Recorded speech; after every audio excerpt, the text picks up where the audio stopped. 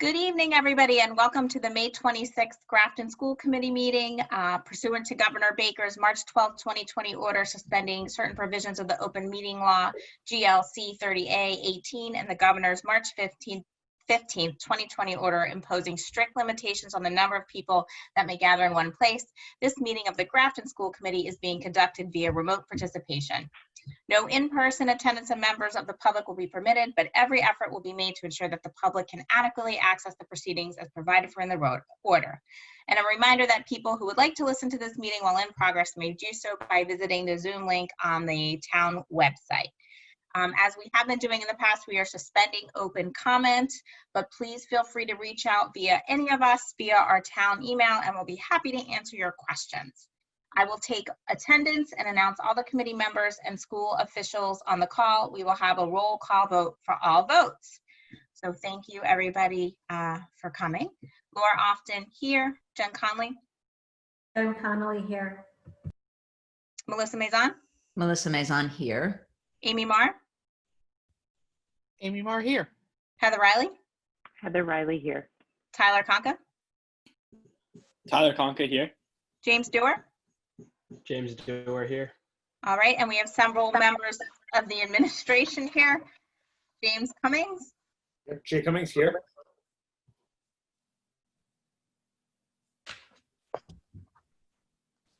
She's here. It froze. Tracy, you here? Tracy Kalo here. Kristen Gasper. Kristen Gasper here. Dan Gale. Dan Gale here. Neil Trahan. Neil Trahan here. Okay, great. Welcome, everybody. Thank you for coming.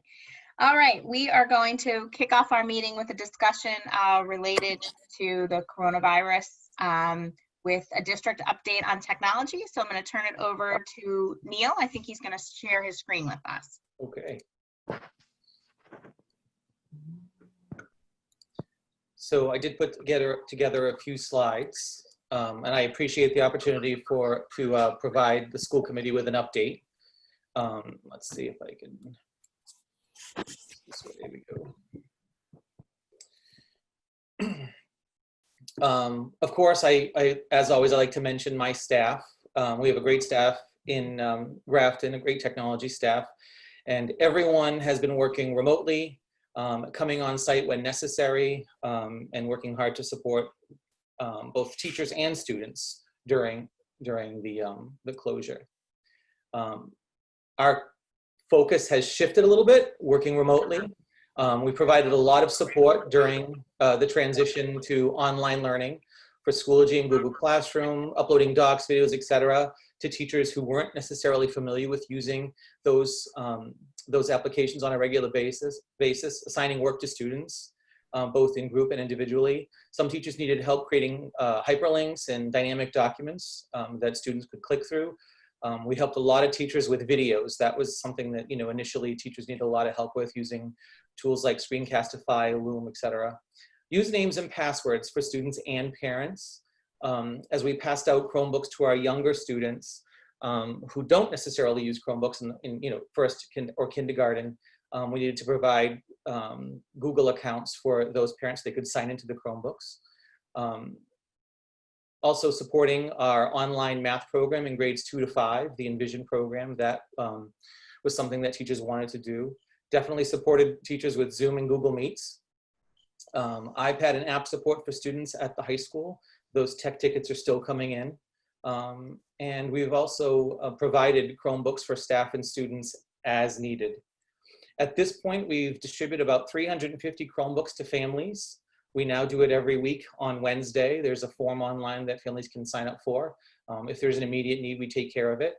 We've also provided 5 Kajit internet hotspots for students. Working with Tracy Kalo, we've organized some professional development during the week of 5/18 and 5/22.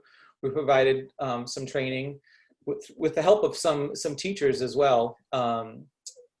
Heidi Shore, Cindy Engvall, Chris Miller, Janet Lewis, Tracy did a training. We did Pear Deck, Flipgrid, Storyboard That, Ed Puzzle, Brain Pop, Schoology, and Envision Math. So to give teachers an alternative way for students to engage with their curriculum. And next week, we're going to start with some Google Classroom training, kind of from a start to finish. We're doing a series of 6 trainings. We're doing them twice, so there'll be 12 sessions altogether, each only a half an hour, but comprehensive if you go from start to finish. So little chunks to help teachers become familiar with Google Classroom should we need to move on with remote learning. One of the big things that we did prior to the closure, we were ready for MCAS, and it almost seems like I was a little bit disappointed that it was canceled because we do so much work preparing for MCAS. The principals do, tech staff, all faculty, teachers were ready and trained. We were just days away from the first assessment at the high school and weeks away from grades 3 to 8. Another project that was tackled before the closure, we did transition the high school over to the phone system that's used by the rest of the school district, installing 100 new phones, assigning new extensions in the 2000s range, configuring an auto attendant, and integrating with the bell system and the intercom system. One of the big projects that we've been tackling is the auditorium upgrades, replacing the soundboard, new wiring for all the microphone from the stage to the audio rack, all of the intercom channels, the channels that theater staff or staff in the auditorium would use to speak with each other, all of those were repaired and tested. We added new 16-port microphone rack on the stage. The system's been programmed to match the configuration that we've had. We've repaired and tested all the audio jack connections. John Oren on the tech department has created a training so that as audio tech students work their first event, they'll get training on the system. We've also repaired and reprogrammed the faulty lighting controls and replaced broken lighting control at the sound desk with a touchscreen unit. Working remotely, we've also done a lot with PowerSchool. One of the things a project that's been going on for quite a while is cleaning up duplicate contact records in PowerSchool. In the past, if you were a parent and you had students in 3 different buildings, you had 3 different records in PowerSchool. Now you have one record. So that's a project that we've been kind of working on remotely. We recently upgraded PowerSchool, took the time to upgrade PowerSchool from version 12 to 19, and later this week, we're gonna go to version 20. Each time you upgrade, there's little things that set back the upgrade from version 12 to 19 cause passwords to get reset. So we kind of do it strategically and do it in a planned way so that we're doing it when it won't be a big issue for users. We're continuing with the scheduling. Scheduling is huge. So when the middle school and the high school come together, we use a consultant to help us with scheduling. We've been doing that right along. We have another meeting tomorrow actually for the high school, and that's been happening behind the scenes. Our data coordinator has continued with the state reporting and has worked with Dan on the PEBT report. He can explain what that is, I'm sure. We've been working with PowerSchool to work out the details on how we'll grade for quarter 3, 4, and end of year, modifying our transcripts and report cards. We added a new tool to Swift K-12 and PowerSchool that will allow us to take any report, a report card, transcript. We can create a PDF of all 900 transcripts at the high school and send that out through Swift K-12, our call system, our email system, and that will send those documents right to the parent portal.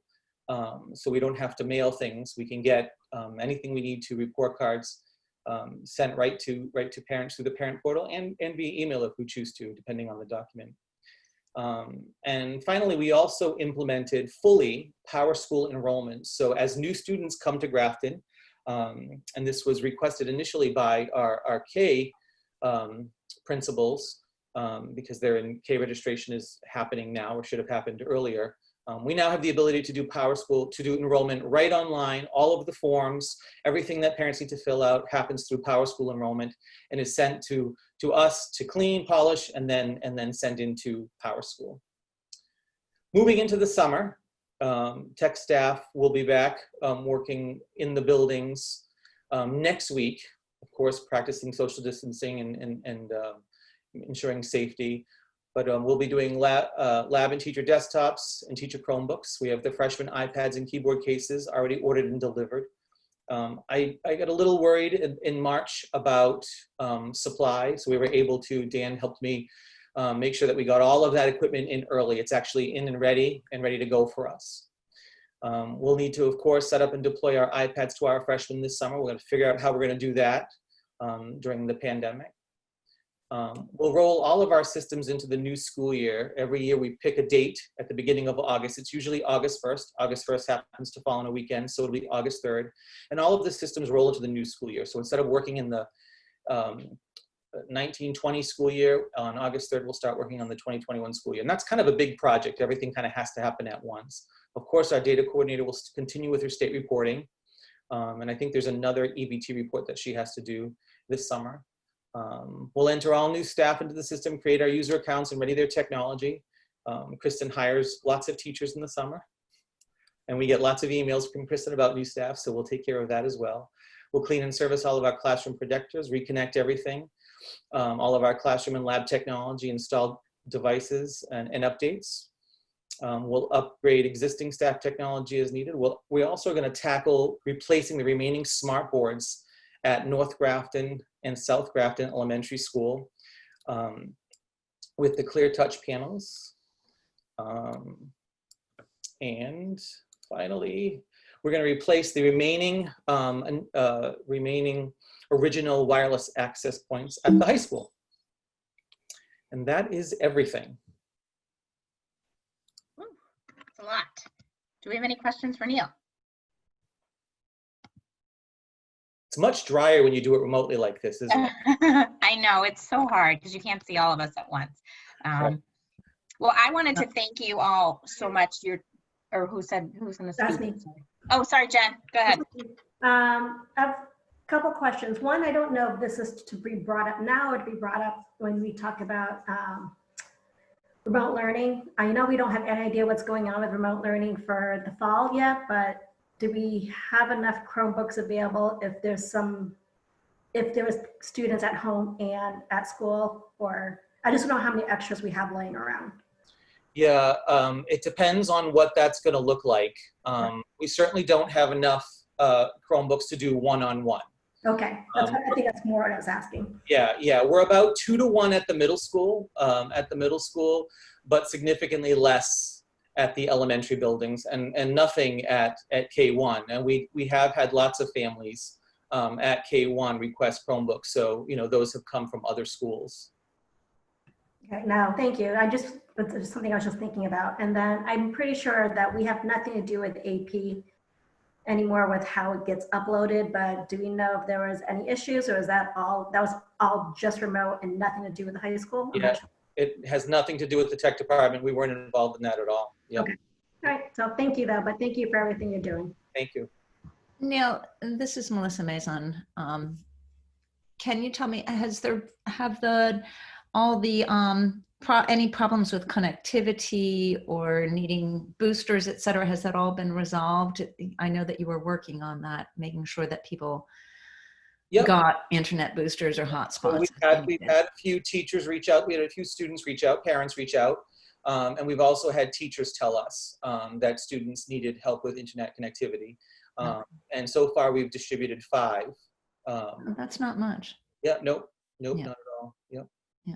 And what has been the feedback in terms of ability to access the programs that they need, being able to upload work when they need to? Have people had problems, or is it pretty smooth?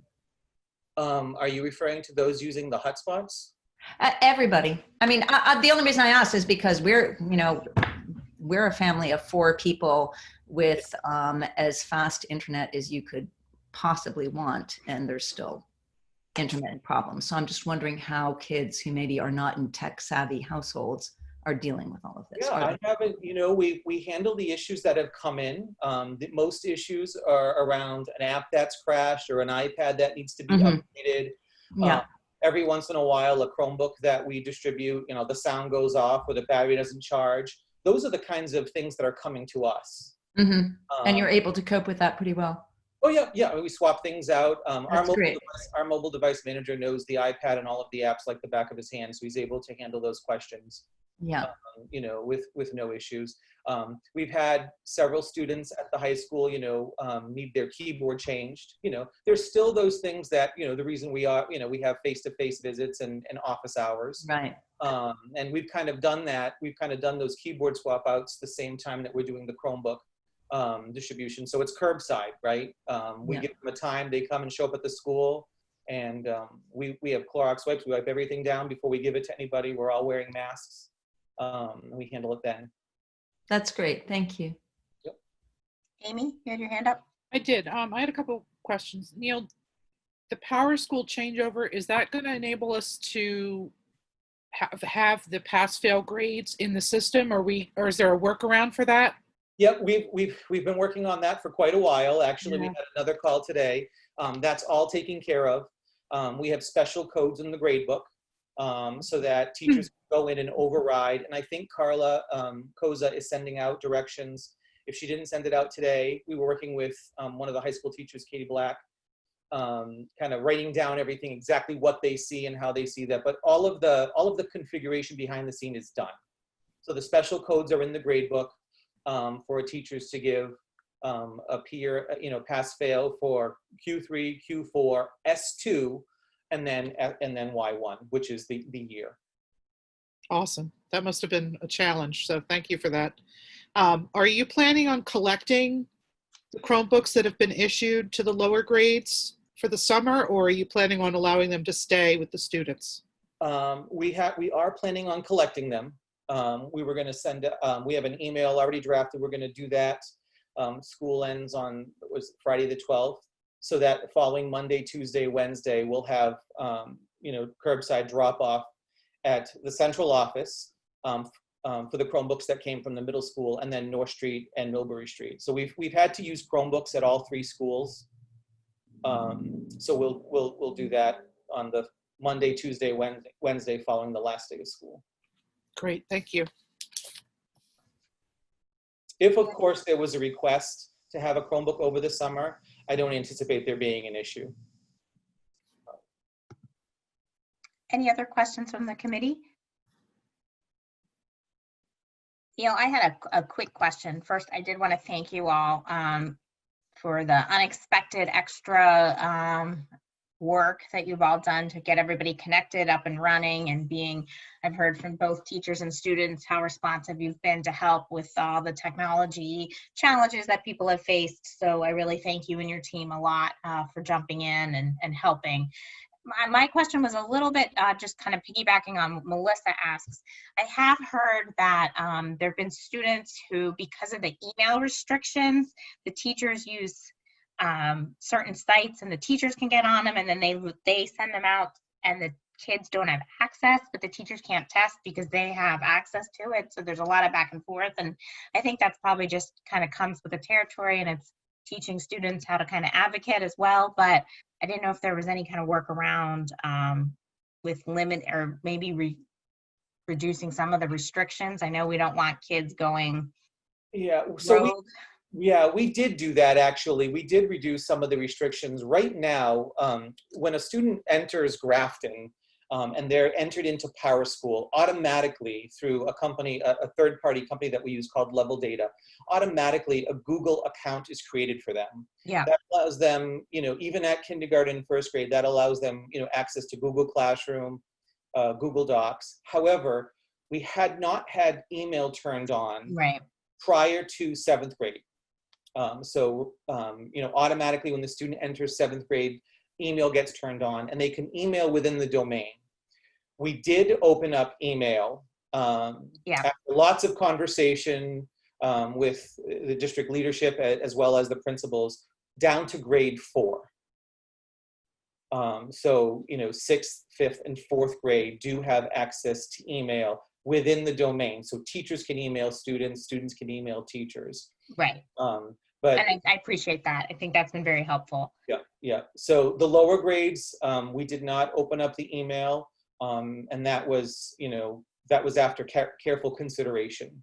Yeah. We thought that it was 4th and up would be okay.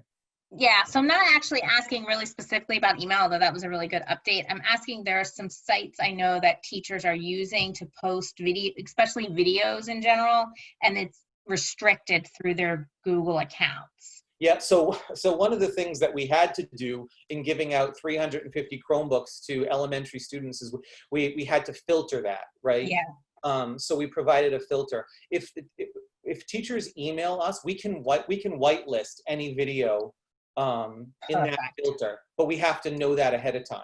Exactly. Perfect. So maybe it's just, instead of maybe it's just a one email from the teacher to let them know. That's great. That's all it feedback. is. Yep. And Perfect. teachers have emailed, and I apologize if I misunderstood the question initially. That's okay. It was a good answer anyway, because that was a good thing to add. Okay, yeah, and I forgot that we had opened it, Yeah. to the fourth grade. But yep, if teachers email tech support, and we turn that right around. You know, those are quick things to just go into the background and whitelist a video or approve a video. Perfect. And Thank depending on where teachers are uploading those videos, we also are showing teachers how they can improve their own video. So if they upload it on YouTube, they have the ability as a Grafton teacher to make it accessible and approve it as well. So it's just getting training out to everybody and making sure that everyone's workflow is a little different, so it's difficult to know what everyone needs. But yeah, no, I know that for sure, and I definitely appreciate the challenges of learning new technology and everything out there, and trying to be seamless. And again, I don't think, I think it's good opportunities for kids to reach back out and write an email and say, hey, I don't have access, and learn how to communicate that way too. So it's all good, but I just wanted to ask the question. when we first deployed the filter to the student Chromebooks, we got lots of those emails. I posted a video, my students can't see it, or from a student as well. Yeah. The tech support email, all tech staff are checking that all of the time. And we're working to answer those as quickly as possible, even on the weekends. So that's the best thing for teachers to do, send an email to tech support. Great. Well, thank you, and we appreciate that, and your tech support team and the working around the clock. I know it's a tough job under normal circumstances. First few weeks were a little hairy, but we got through it, right? Yeah, for all of us. Yeah, right. Yeah. Some of us still can't even manage inviting the right people to the Zoom meeting. So well, no one's going to hold it against you, Laura. Speaking of which, Tyler's having laptop issues. He emailed me, so he'll hopefully be able to get back on. If not, I told him I'm going to make him come to our next meeting just so we can say goodbye to him. So he's never getting rid of us. Any other questions for Neil?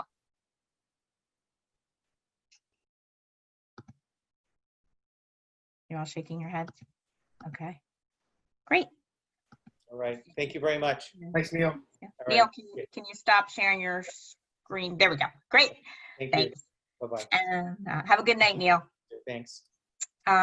Tracy is next, and she's just going to give a quick update on remote learning as well.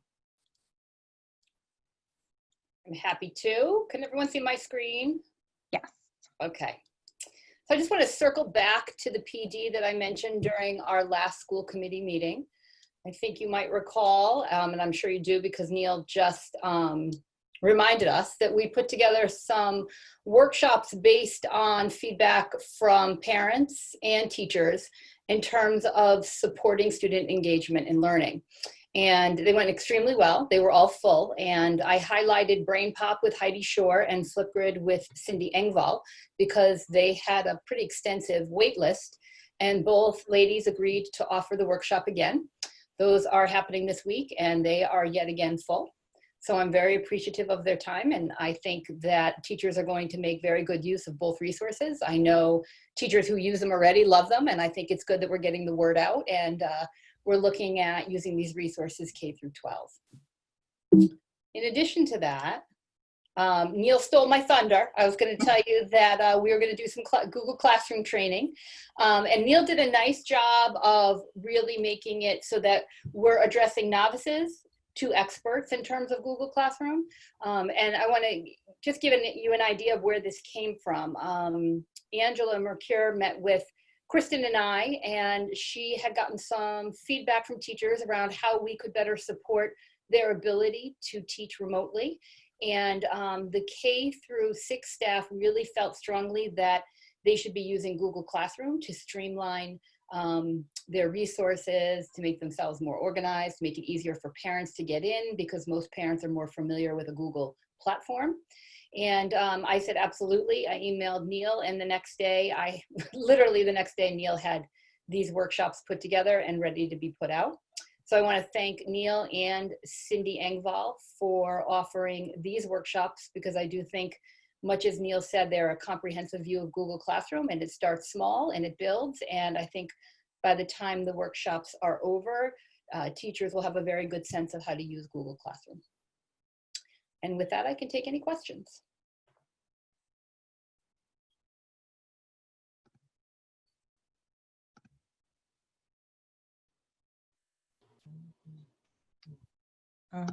Question? All right, seeing head shakes. Just All had- right. I just had one question. It took me a while to unmute myself. I apologize. Hi, Amy. So with 6th grade, it sounds like there's a bit of there's the teachers who are using Google Classroom, then there's the teachers who are using Schoology. Yep. And I guess there's been a little bit of problems there with going back and forth. Yes. And I don't know is the district requiring them to use one over the other, or is it teacher choice, or what? So what essentially happened is 6th grade was using Schoology, but then they were feeling like it wasn't working well. Parents didn't know how to, well, the first problem is that kids really didn't know how to navigate it as well as maybe in 7 through 12. Right. And so then they were going home to parents who didn't know anything about it. So it was getting messy pretty quickly. So they gave Angela the feedback that if we could just use Google Classroom for now, and then, get everyone up and running, particularly if we end up back in the fall and then we return to remote learning, we want to make sure that they have some understanding of how to use Google Classroom. So at this point in time, the district has not come out and said what they have to use. It's more what they feel is working best for their classroom. Okay. Okay. Any other questions for Tracy?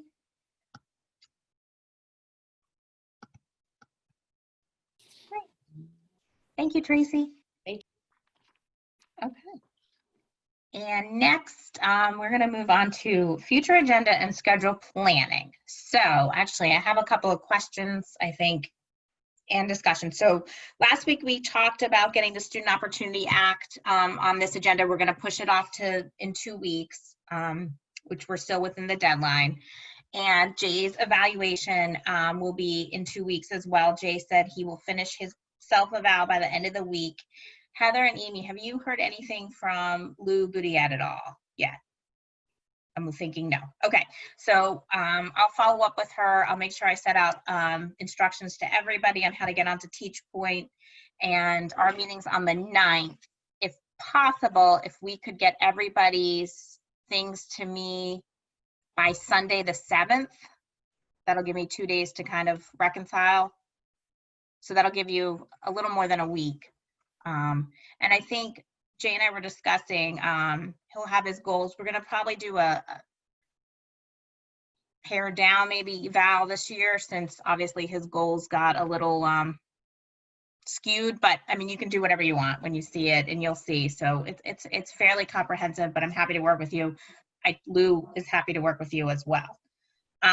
So then after that, normally, so then we have, I think, scheduled for the 23rd, which is Grafton elections. Typically, we don't meet on election night. I mean, nobody here is up for election. So, but I think, Amy, you're working elections. So I guess I would prefer to not have elections, and maybe this last meeting would be Heather and Melissa's last meeting with us. What do you, or I mean, look, I don't know what everybody's schedule's like. We could also meet we could throw in another meeting on the 15th.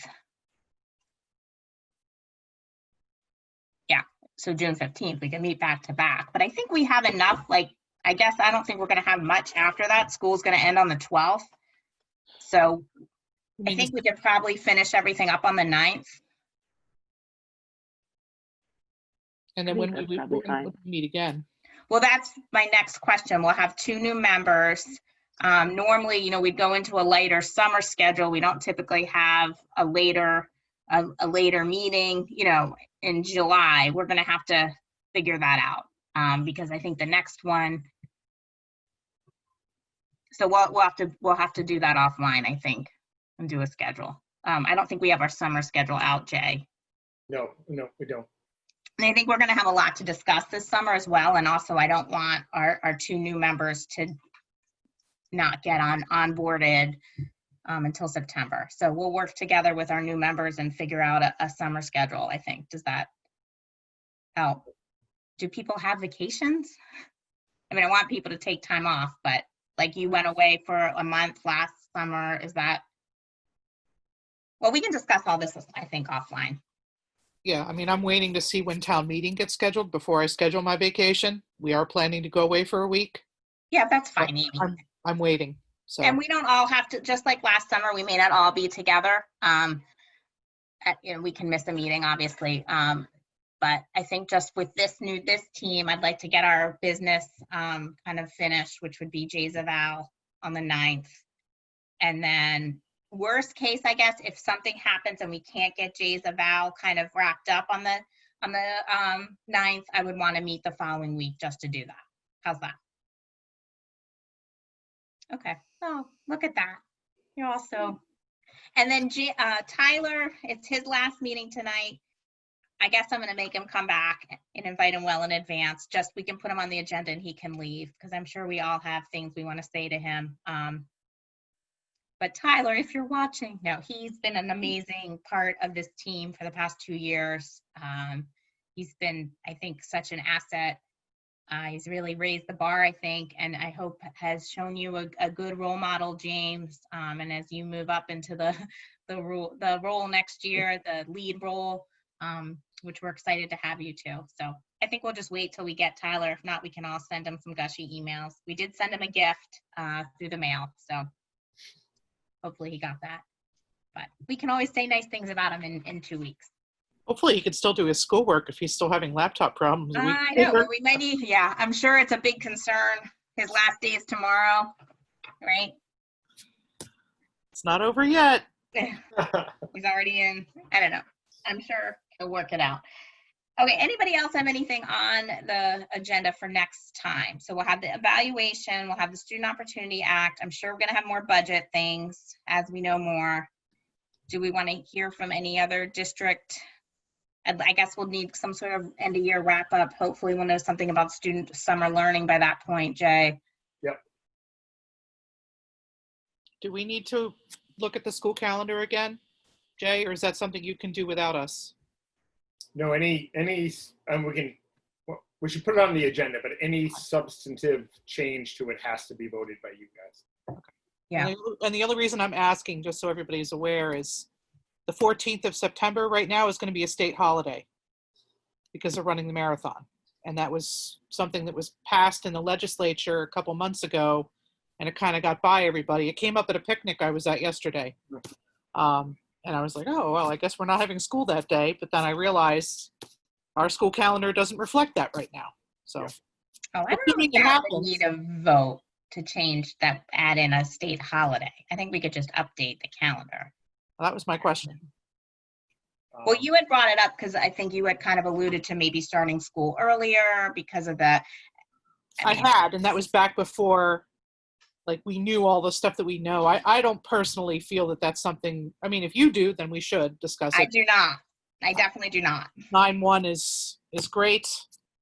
Unless taking out 9-14 means we start 8-31. I don't know, but. Okay.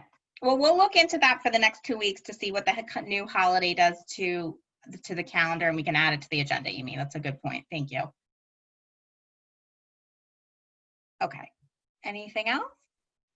I mean, Melissa, Heather, anything you last wanted to just throw on the agenda?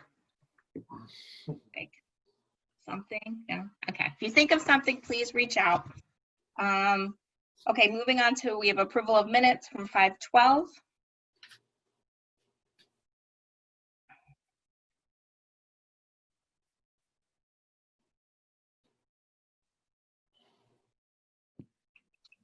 Can I have a motion?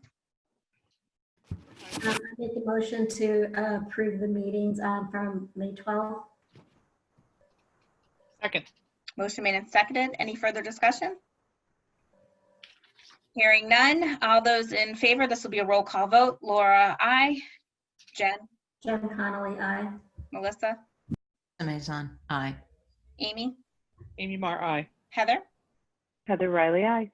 All right, motion carries 5-0. Thank you. All right, and now we're going to move on to our financial report. I'm going to turn it over to Jay and Dan to talk about 20 and 2021.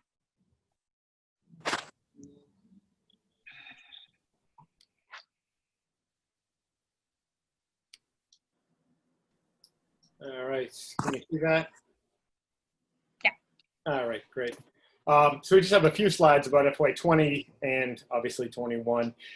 In terms of FY20, that's the current fiscal year that we're in, and at the end of June. We're expecting to be roughly $350,000 to the good at the end of the fiscal year. What we're going to need to, not tonight, but the committee and I suppose the select board are going to need to discuss, once we have a little more information about FY21, given the anticipated needs that we're going to have, should those monies go into that existing special education stabilization account that we set up a few years ago, or some districts are setting up separate accounts that are being approved at town meetings that allow for those monies to basically just not be fully absorbed into non-school related areas and be set aside for those needs, whatever they may be in 21. You're going to see in a second that the 350,000 might be just a small percentage of what's needed in FY21. So as of now, we haven't changed any of the funding gap that we defined for you, FY21. What we're going with in terms of the budget book and the numbers is still that $648,000 gap. And then you can see the out year. Obviously, the numbers are going to change when state funding and town funding is reduced as we expect it will be. For FY21, so again, that's next year's fiscal budget, we had to reduce by $647,000, or $648,000 really. You may recall, it seems like years ago that we talked about this about every meeting. We're going to increase our use of revolver account expenditures, decrease non-personnel expenditures, and we had a number of personnel reductions. That left us with that gap of about $57,000. That $57,000 we have basically thought of that in conjunction with the use of athletic fees next year. What we're going to have to figure out is to what degree we go with that. Obviously, we don't know if we're going to go back to school as we kind of always have. Are we going to have some kind of hybrid model, or are we going to be stuck in some second iteration of remote learning? Obviously, if we're doing remote learning, we're most likely not having athletics and therefore not having athletic fees. So we still need to come up with plans for that remaining gap. Right now, Dan and I believe that if we basically put the athletic fees on hold, those revenues, we are very confident that reductions in our paraprofessional need of a couple paraprofessionals for FY21 will close that gap. So we're not particularly worried about it, but it is a kind of a semantic piece that needs to be discussed. In terms of FY21 variables, I could probably, if I really give it thought, think of a couple dozen at least, but these are the big ones. I touched on what school is going to look like in the fall. Out of the three models that we kind of looked at, and in a very simplistic way, go back as we've always known it, do a hybrid, or continue a more robust version of remote learning. Those have costs. We could have technology costs. Certainly the hybrid model where they talk about trying to spread the kids out by doubling the number of buses, for example. That's obviously a huge cost. We can't run those projections other than in the purely hypothetical sense. So that's a challenge. Staffing needs, are we going to need additional nursing? If we have to provide additional tutoring or compensatory service, we're going to need more staff. Where do those monies come from? Dan and I have been on a number of calls in the past couple weeks, where there's been a great deal of talk about a potential 10 to 20% reduction in our Chapter 70 funding. For us, that for every 10% reduction, that's about $1 million for us, just a little bit over. So obviously, a 20% reduction, you're looking at $2 million in addition to the headaches that we already had in terms of the budget. Town funding, I assume obviously if anything, that's going to go down. Enrollment, that's going to be interesting if we do have a spike and say we're dealing with COVID-19 as we were earlier in the spring.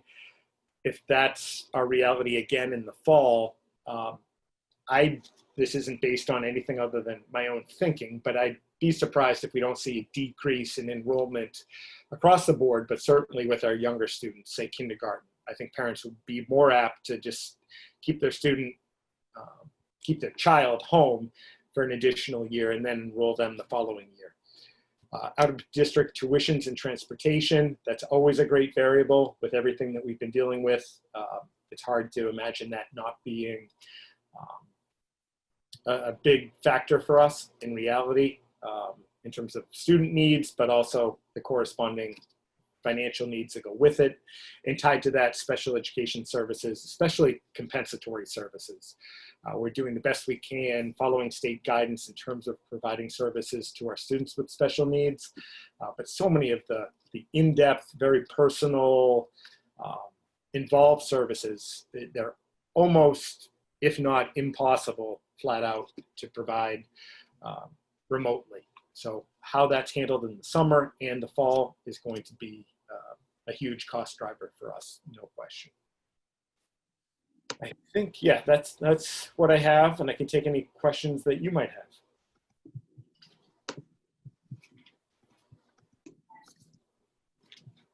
Dan, did I miss anything, Dan, that you wanted to touch on? Second. Yeah, just I guess a couple of things I can touch on. The 350,000. I've been looking at the expenditures for the last few weeks, for the salaries and expenses. We have some savings. Our kind of biggest savings accounts are day-to-day subs and also transportation, and that's something I'll talk about more also later. But we talked last meeting about regular ed bus savings, and then we'll have an additional around 70,000 of savings in van transportation. But there are a few, Jay talked about a few scenarios where, about how much of a need we have next year in relation to the potential money that we'll have left over at FY20. So he talked about the special stabilization account, town meeting things. There are some existing laws that also other districts are taking advantage of, such as we can prepay the out-of-district in collaborative tuitions, the special education tuitions for FY21.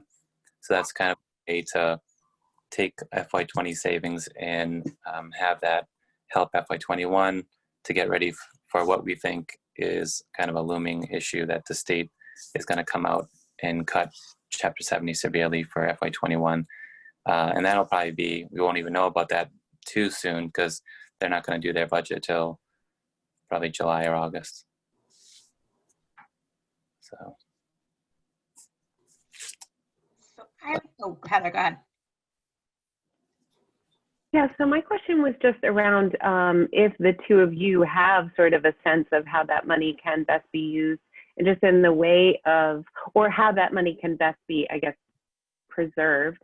And as far as out of district tuitions, is there any risk to that in terms of the tuition changing based on what they are able to offer? You know what I'm saying? Like, I know that like college tuitions are being adjusted because they're not able to offer in person. Is there any risk to prepaying something that may change?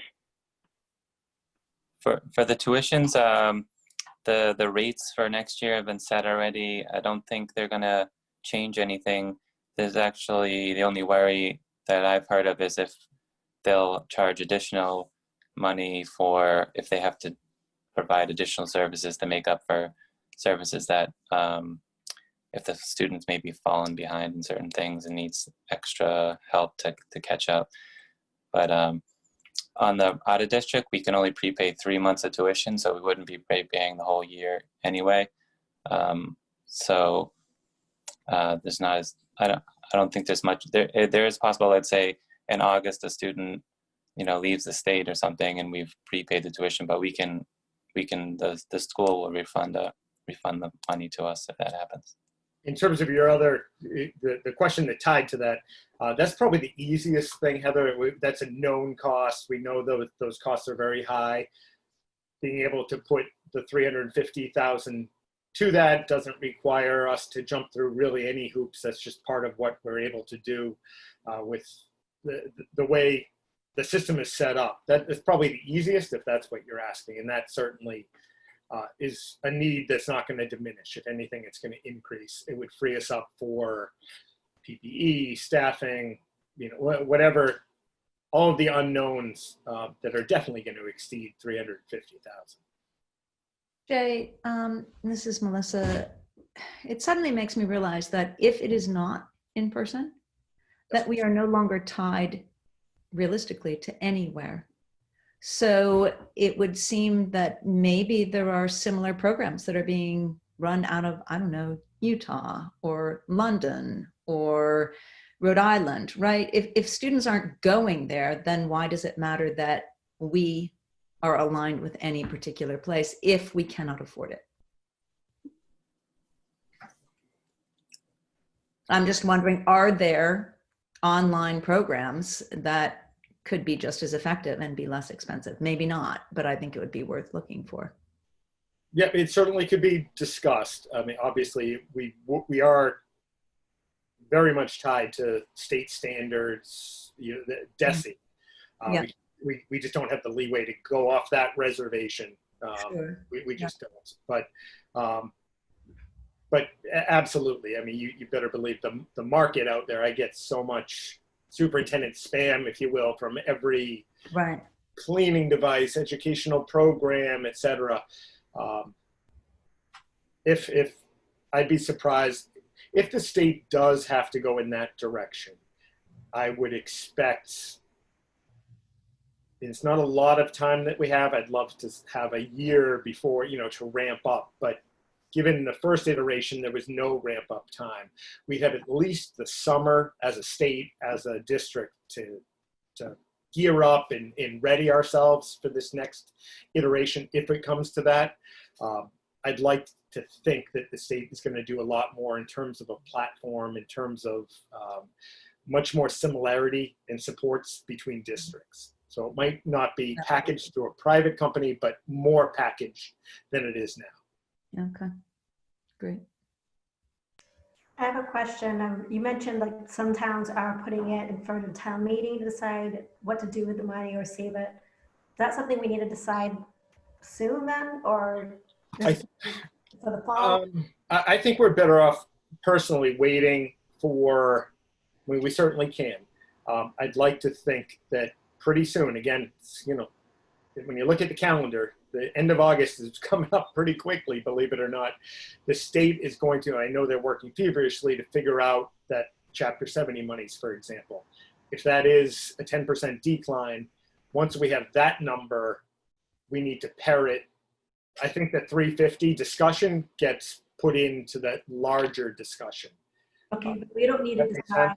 Sorry. I was just saying, so we don't need to decide by July 1st. The next fiscal year. Only if, and I've been communicating with Tim largely by email. So I do have a question into him in terms of how that would be. He's well aware that we're going to have needs of 350,000 or more. I'm trying to figure out on the town side, once we close the fiscal year, how that would work. And as Dan and I tried to make it clear there are a bunch of options for that. Or it could just go back to the town. That might be the decision that's made. I don't know at this point. Okay, yeah, no, that was my question. Yeah, no, Jen, that was my question too, because I want to make sure that I think it makes sense to wait a little bit so we can present a larger package to the select board on what our needs will be. I also want to be clear with anybody who's watching that 350 doesn't, I think Jay made it pretty clear, but it doesn't solve our problems that we already had. If we had been kind of to the good for 350 without COVID, that would be exciting news, but this is now an additional. So this money doesn't solve our budget needs for the future. I just want to be clear about that.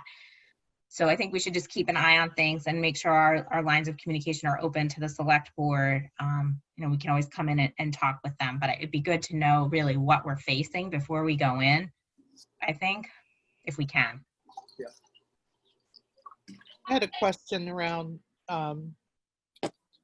if we do go back, one of the things that I've been reading a lot about online, parents saying that they're not going to send their kids back. Right. And what are our liabilities around that? Are the options, you homeschool or you send your kid back, or are we going to be able to offer them something? And if so, is that something we need to account for in the budget? I would assume there would be resources required, additional staff, because we've got medically fragile kids that their parents and doctors may not feel comfortable sending them back. And so what are our liabilities there? That's a great question. I don't know the answer. Okay. Historically, it would be homeschool or you're back, and if you don't come to school, then you're truant, and we go through a whole bunch of steps with that. Obviously, this is a whole new world in that regard. If they do some kind of, that might be some version of that hybrid model where it's optional for some people or something. That's, the cost I would think associated with that, you're providing in-service, so in person, plus the remote, in theory at the same time. Your staffing needs or the contractual impacts of that would be tremendous. They would be, in essence, doubling our efforts. Right. So I don't know. I don't know the answer, but I am positive it would have quite a cost associated with it. And we could have staff that don't want to return either. Oh yeah, absolutely. Yeah. Yeah.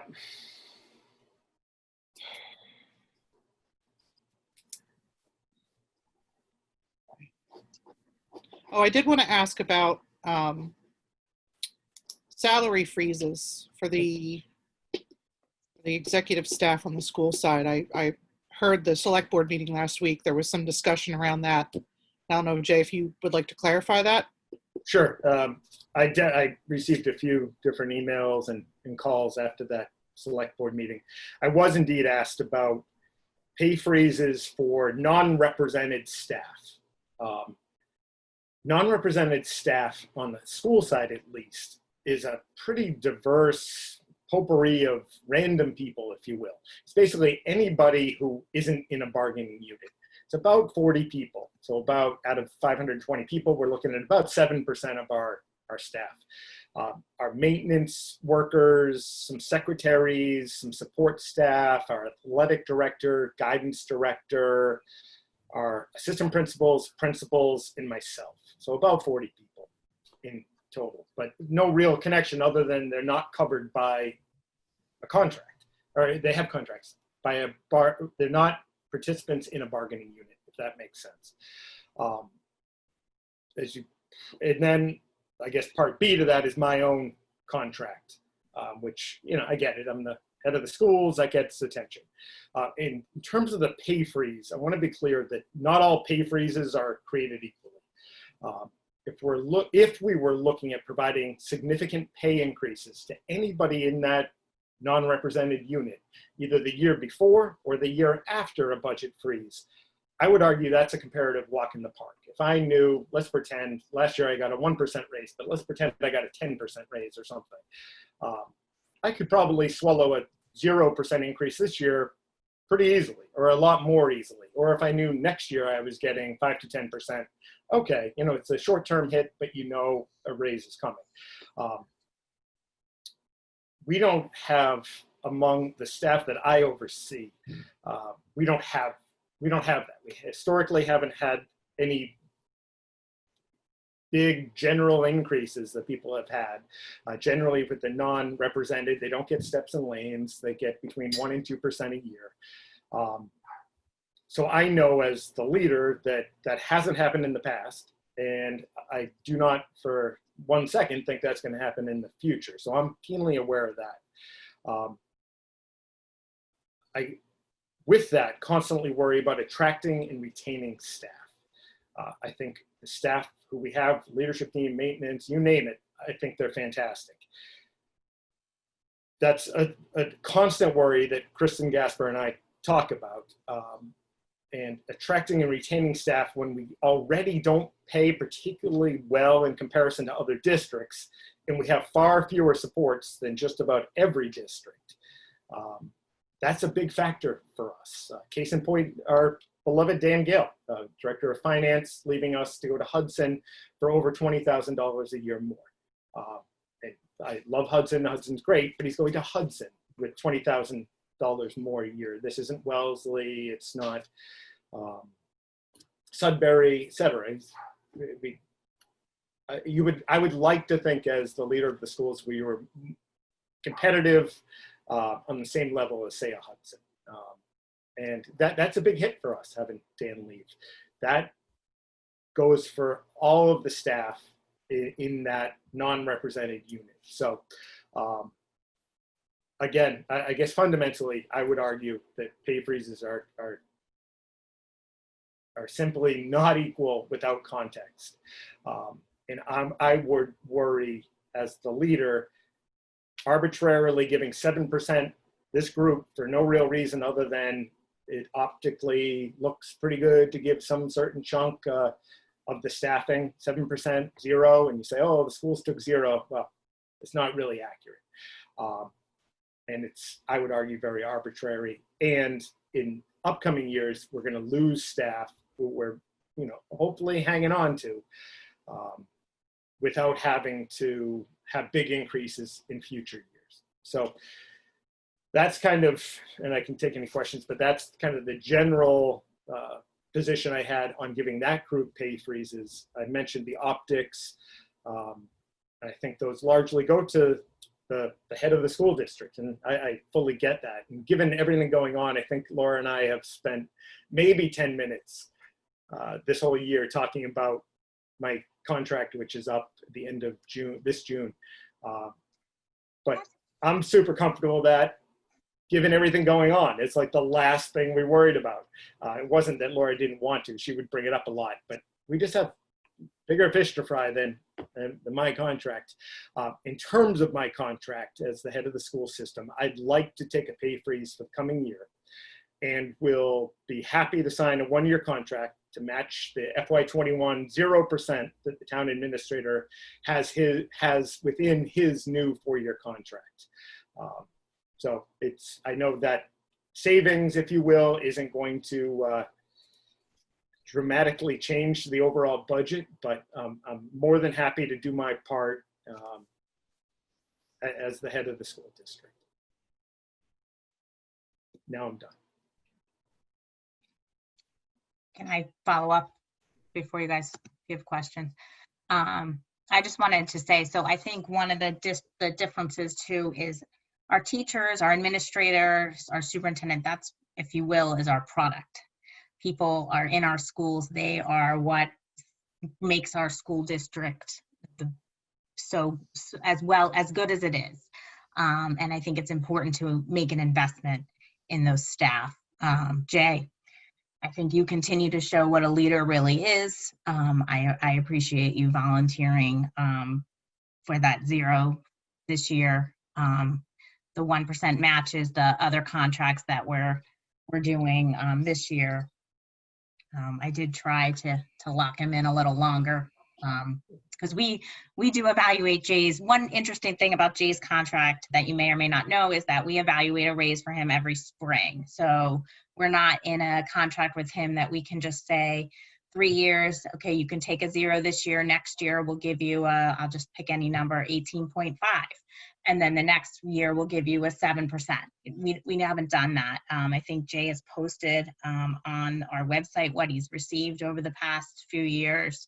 I don't think it went over 2. I feel like 1 year we tried to make up for the 0, but I mean, hopefully our evaluations will show a little bit on what we appreciate about you, Jay, because yeah, I hope nothing that I said comes across as not appreciating that. I've had 9% increase over the past 6 years.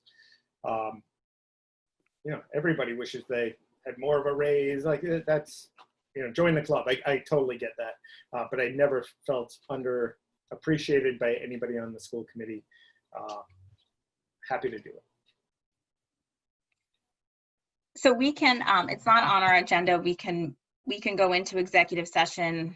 We have contracts on. We could go into executive session after this committee and talk a little bit more about Jay's raises, or we can just do it up front and just be very transparent and we can get it drafted up and signed next, and we can sign it next week, Kristen, unless people have any concerns. I mean, you just made it pretty easy for us. Thank you, Jay. But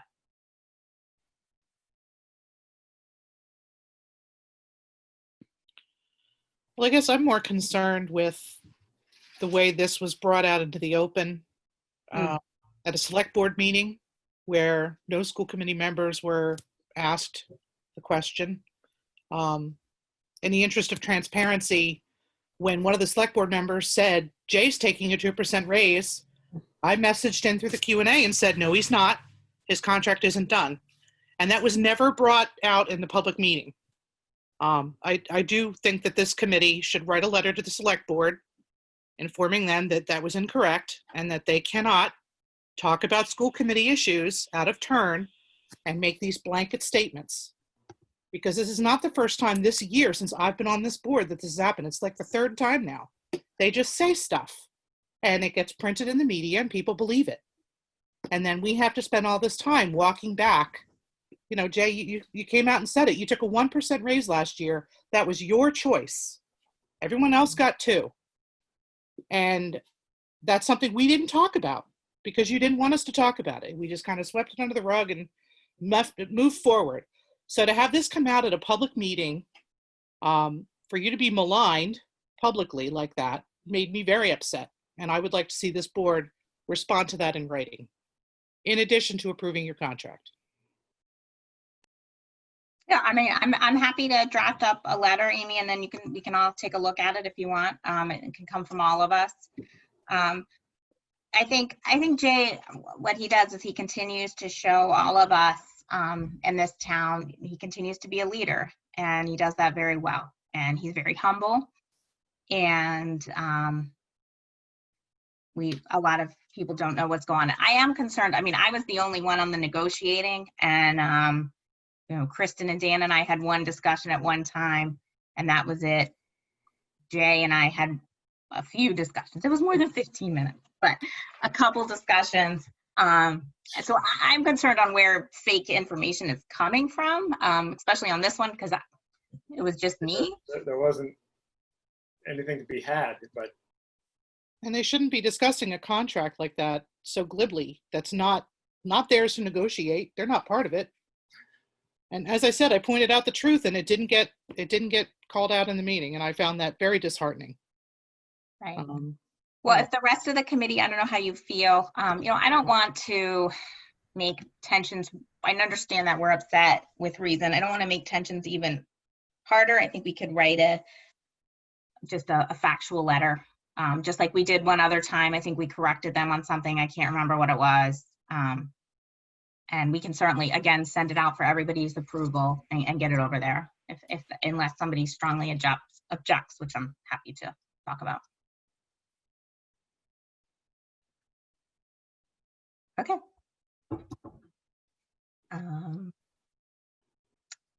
Hearing no objections. Amy, thank you for bringing that up. And Jay, thank you for everything. And so Thank you.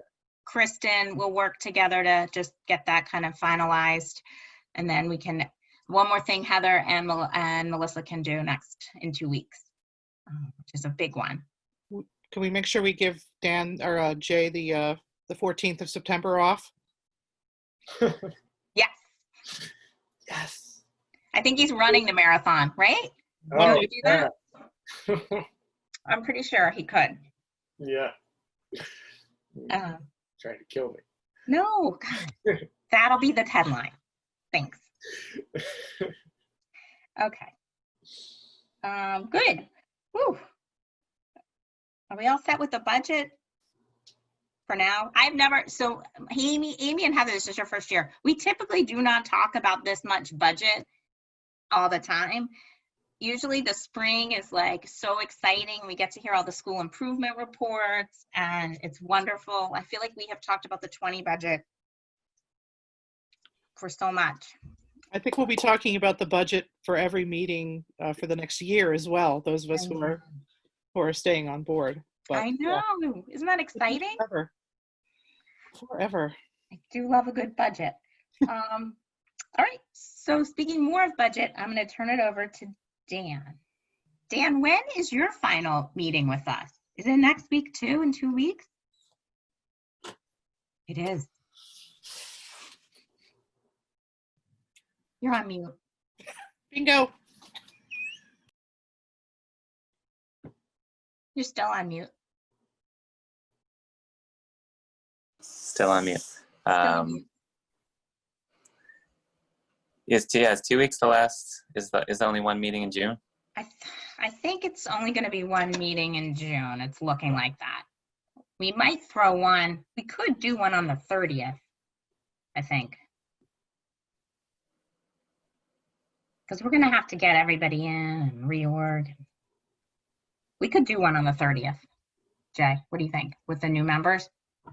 I think that's a good idea. I think that's a good idea too. Whew. I All agree. right. All right, so we'll schedule for the 30th. So that'll be your last meeting. Okay. All right. Like if it's in 2 weeks, I'm gonna try. And then we can have Anita come and do like a transition. Okay. Anyway, so you were gonna talk about van transportation costs. Yeah, so I mentioned a little bit about it earlier. We have special education van transportation in district, and then for all the out of district placements are almost a large majority of our transportation is done by Travelers Transit. We just talked with them last week and got invoices over from them, and it's going to be we're going to pay them around 33% of what we would have paid them if the schools hadn't closed. And then we're also talking with a few others. We have, I think it's 5 or 6 different van companies that transport at least 1 or 2 of our kids to different schools. So there's a lot of different companies to talk to.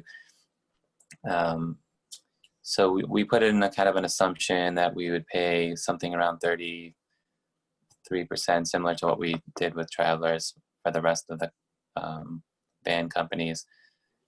And so that's kind of in there in that 350,000 assumption. In total, it comes around 70,000 of savings for that portion of the budget. So I just wanted to share that with you guys to see if you had any questions about how that's working or anything like that. I just had one question. Are all of those schools closed down? We're not sending anybody anywhere right now?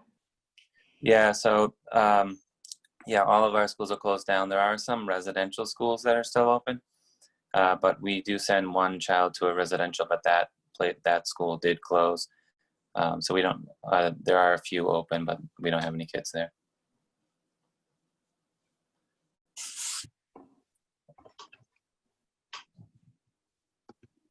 So I have on my agenda, we need a vote for this. But I don't know what we're voting on. Are we voting on No, that's for the next line down. Oh, I'm sorry. You're right, Amy. Thank you. You're welcome. So that makes sense for the warrant and the unit contracts. Like, it doesn't make any sense. What are we voting on? Okay. Getting Dan to stay. Well, we could. Any other questions for Dan? Oh, I had one. It's kind of unrelated though. Is that okay? Do we have an estimated, and this might be a Jay question, I don't even know. We don't have an estimated cost for graduation yet, right? No, Jim Pignataro met with the company that is doing the sound and the rental on Monday. What was Monday? Whenever that was. Not Monday. Yesterday morning. That was Monday. At some point. Monday. Okay, Monday morning. And they're putting together, so basically they met, they walked the facility, figured out exactly what we're looking for, what we need to make it work. They are now processing a quote for us, and they're going to come back to us, I'm going to guess, by the end of this week. Shout out to Jim Pignataro for doing that on Memorial Day. He's done such a great job. Like, I'm so impressed with how the administration has been so determined to do right by these seniors, and Yep. the patience has really paid off. He's been fantastic. The kids have been a huge help. They've actually been working on a version of what's allowed by the state for a couple weeks, kind of behind the scenes, as that was kind of what they were shooting for. I guess it was this morning, Amy. He is an incredibly hard worker, but I think it was 9 o'clock today. So in a couple days, we'll have a quote for that. Chairs, we need the stage set up. Sounds pretty straightforward. So I'll let you know once I know. Well, and I'm assuming it's going to be under what we would have paid to do it at Hanover, but maybe that's a faulty I don't think so. I think it might be pretty close. Well, I don't know. We're going to find out. People are always surprised. Just the chairs and the building of the stage itself is a bit of an issue, but we'll find out. I don't think it would exceed that. Good question. Okay. Any other questions for Dan or Jay about budget? The special ed van savings, that's included in that 350. That's not going to be an additional. Yeah, amount. that's Okay. included, yes. Anybody else? All right, then I'm going to turn it over to Kristen. We have an MOA, a memorandum of agreement for our teachers that we get to vote on tonight. Yes, so the MOA for the teachers is like the other unit contracts in that it's 1 year in duration. The teachers, the total package is approximately 2% increase. Their wages will increase by 1% for the first half of the year, and then an additional 1% for the second half of the year. And then we took that other piece of money and increased the stipends, because stipends has been on the forefront of our conversation for many, many, many years. This is really just the tip of the iceberg. It will take a long time before we get to where other area towns are in terms of stipends, but we're working diligently with the teachers union to satisfy that request. And I know the school committee's request as well. And then finally, we also cleaned up some of the contract language so that it reflects recent changes in the law and then also best practice. And then that MOA and the language changes are in your folder. So I was on that negotiating team. Does anybody have any questions for me or Kristen? I was very pleased with how it went. We worked really well together. They definitely kind of led the way in the district of taking that 1-in-1. So I'm just grateful and of course appreciative of Kristen and all her hard work on this. And Laura, I echo that. The teachers, the group on the negotiating committee just were straightforward with what they were looking for. We were able to clean up that language. I was really appreciative of the way that they worked with us as well. Same. Well, thank you both for all your hard work on that. I know it's been a long time coming, and through no fault of anyone in this district. No, it was held up it was held up a little bit in legal. We just had some wording and it just got kind of held up there. So I'm glad we were able to vote on it tonight. me too. I just want to make clear, or just make sure, like, so the amount that we have that we say we don't, for next year, the 650 or whatever that number is, that's including the 2% or 1+1. Correct. Yep. Yep.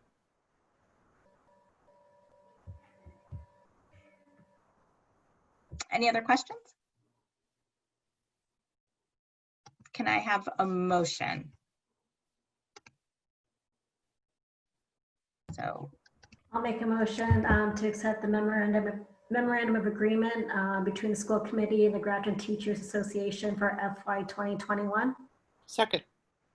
motion made and seconded. Any further discussion? All right, needs to be a roll call vote. All those in favor, Laura Often, aye. Jen Conley, Jennifer Connolly, aye. Melissa, Melissa Maison, aye. Amy, Amy Barr, aye. Heather. Heather Riley, aye. Great, motion carries 5-0. Great, I'll get that signed and then we can get that up on the website, Kristen. Perfect. Thank you. All right. Can I And we ask have a question? Was Yeah. there, sorry, was something getting sent out that we were supposed to receive and sign? Or did I misunderstand that from the, I'm very bad at checking mail. No, it's My signature- mail can gather for weeks, so I just didn't want to oversee something. signatures are going out. They simply haven't got to you yet, Heather, but they will. Now that things are opening up and the municipal center is is there any way, no. Is there any way we can leave it outside your door and go in and just sign rather than what we were doing? Or no? I'll defer to the brilliance of Kristen. I'm not sure. I think you're still having to knock on the front doors of Municipal Center. I'm not sure that you have free reign Okay. of the building yet. But we can certainly over the next couple of days figure that out. No, it's fine. I mean, I think this, I don't know who else did it. It was fine for me to do it. It's slow and there's printing and scanning and emailing involved and. Oh, I think I messed up then because I just sent them, I sent the ones that were in the folder from last meeting back to Jay with my signature today. Was I supposed to wait? Well, we all have to sign it, right? Yeah. So what I thought was going to happen was I would sign it, send it back, then you would get it then like Jen would get it, she would sign it, send it back, because we all have to That's be on not this. at all what I thought was going to happen. I thought he was just going to staple all the signature pages together and call it a day. I suppose you could do that, or you could cut them out and tape them and photocopy. That's not legal. I mean, So I have a question. Kristen will figure it out. She's I'll gonna- take care of the making sure everybody gets it and signs the same legal document. all right. Or I could leave them stapled to my door in a bath and you could come. I mean, it seems like there's got to be a way we could leave it out somewhere and people could just come and sign with their own pen. I could put it in a folder. I mean, I could, Why don't you keep it at your house, Laura? I think that's a great idea. yeah, okay. And then we can sign it. Yeah, and then you can come and sign it and we can socially distance and wave. You could do a parade for me. I don't know. I'm kind of paraded out. I love parades. So Okay. many. All right. I dressed up like Elsa for a 4-year-old's birthday. It was amazing. I think you should dress up like Elsa for our last meeting. No, it's 100 degrees in my house right now. I think Oh, that's okay. why I've been a little off. Right, we don't have air. Warrant. A warrant. All right, we have a warrant. I move the school committee approve warrant number 48 dated May 28th, 2020 in the amount of $437,381.90. Second. Second it. Motion made and seconded. Any further discussion? All right. All those in favor, Laura Often, aye. Jen, Jen Connolly, aye. Melissa, Melissa Maison, aye. Amy, Amy Marr, aye. Heather. Heather Riley, aye. All right, motion carries 5-0. I have to apologize again, but we can add member reports onto the agenda if anybody has any updates they want to give. Amy, Grafton Sustainability Commission met 2 weeks ago. We're meeting again Thursday.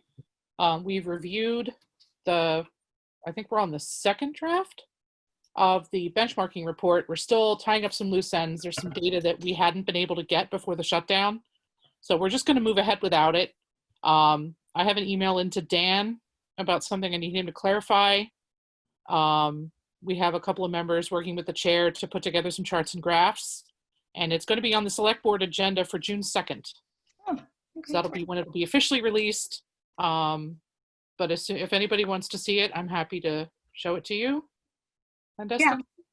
Any surprises, Amy? Or, I mean, no, not really. I mean, I think one of the things we're talking about in some detail is the special ed costs, and there's a lot of inconsistencies between districts and how they report those costs. So I set out to really get an accurate measurement of what we're spending on special education, which involved adding some lines together and not just using that 9,000 line that's in the budget. Other districts, when they're reporting it, they're just reporting the 9,000. So it looks like we're spending, I think it's like 37% of our budget on special ed, and other districts are spending much less. But I don't think that's real. I don't think that's real. So I had emailed you, Dan. I'm not going to put you on the spot, but I need an answer to my email by Thursday. Okay. but she's not going to put you on the spot. No, not at all. So I see what you're saying. So it could come down to data reporting, Exactly. and that's why. Okay. Exactly. There's no state requirement in the way that we budget and how we report that says you have to report the real numbers. Right. So unless I had Shrewsbury's budget book in front of me, I can't tell you what they truly spend on special education. It's much higher than what they would report. Right. So I'm trying to kind of adjust that wording a little bit to make it a little less shocking, because I don't want the message to be Grafton Public Schools spends too much on special education. That's not even accurate. Well, and also the message should never be that. It should be that Grafton Public Schools is meeting their students' needs in the way they need to be met. I mean, exactly. That's why I was concerned about that committee to begin with, because when you just take numbers without the proper story, you can. Yep. Well, and that's what we're doing. Is the report isn't just numbers, although the numbers are attached. There's definitely some rhetoric around everything that explains and sets it in context, and that's why we're using the districts that we're using. We're not comparing just to Shrewsbury. That would be insane. We're comparing to other districts that are like us and how they spend their money and how they get their money in their school population size, that kind of stuff. So yeah, I'm excited. Something's going to come out and people will talk about it, and there will be some dissection, and hopefully the next steps will become apparent when that report gets released. So yeah. Okay. Well, thanks, Amy. It's been a lot of work, so thank you for jumping in on that. I love numbers.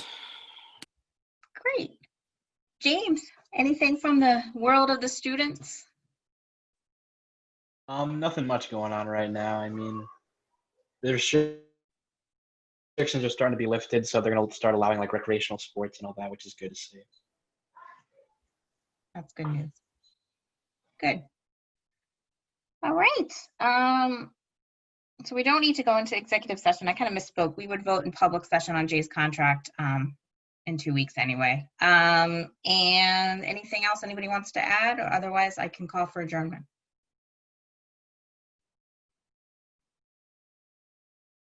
Okay. Motion to adjourn? I make a motion to adjourn. I second it. All right, motion made and seconded. Laura Often, aye. Jen Conley? Jen Connolly, aye. Melissa Maison, aye. Amy? Amy Marr, aye. Heather? Heather Riley, aye. Excellent. All right, meeting's adjourned at 8:25. Thank you all so much. Have a great night.